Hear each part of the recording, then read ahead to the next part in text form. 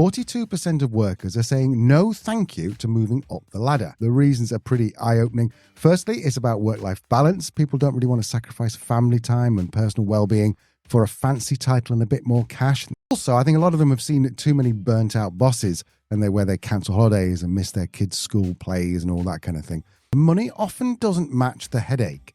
Many of these people who asked felt that the pay bump isn't worth the mountain of extra stress, responsibility, and all those lovely 9 p.m. emails from clients that just have to be answered. And thirdly, and I found this one particularly interesting, people are more interested in developing their own skills than collecting titles.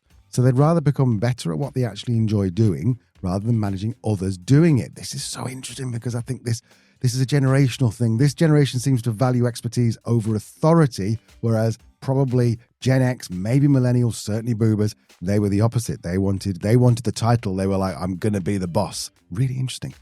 This is also creating serious challenges for businesses because the article points out that without people willing to step up, then organizations are going to face leadership gaps, succession planning, and other nightmares. And they ultimately could lose their best talent, perhaps. I don't know, worst case scenario.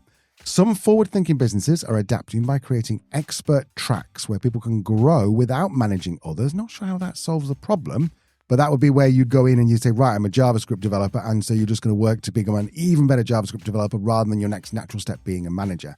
Or they're being offered like project-based leadership roles where they can step in and lead for a little bit and then go back to their regular job.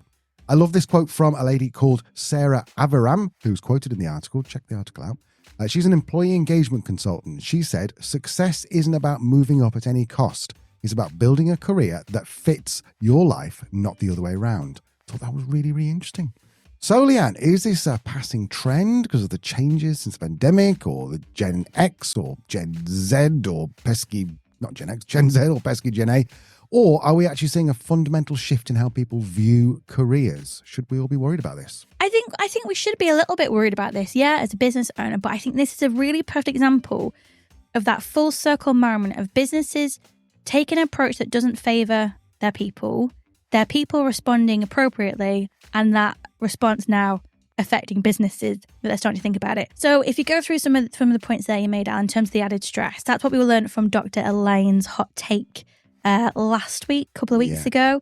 The state of mental health in leaders is unacceptably poor. Leaders aren't prioritising their own mental health because they've got too much work, not enough time, and they're not getting compensated fairly.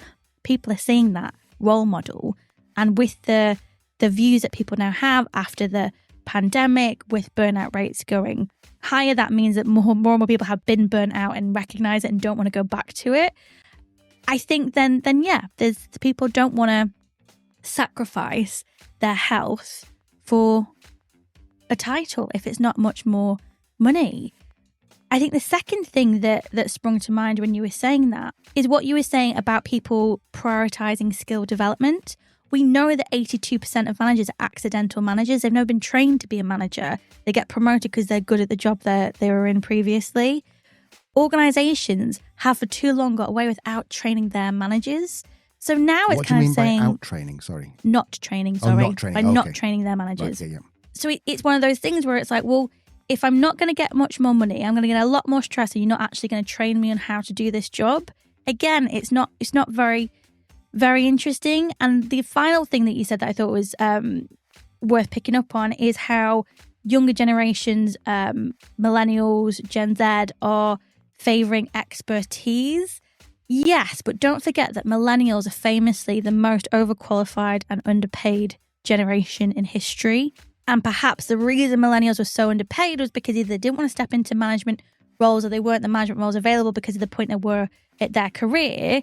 That now, as you say, there's that push to prioritise these routes, non-managerial routes, individual contributor routes, to actually progress and earn the money finally. So I think this is just one of those examples of, you know, when you see leaders who, not leaders that we work with, but leaders who are like, oh, that doesn't matter. We don't need to train our managers. I'm not spending that on this. It's like, this is what comes round, is when you're going to struggle in terms of skills gaps, in terms of talent gaps, in terms of people saying no. And ultimately it's going to cost you more money in the long term, because what you're going to have to do, you're going to have to start offering more money. So it is attractive again. It's very interesting. It's not overall surprising given where we've been the last 15 years. Fair enough. The link to the study is in the show notes.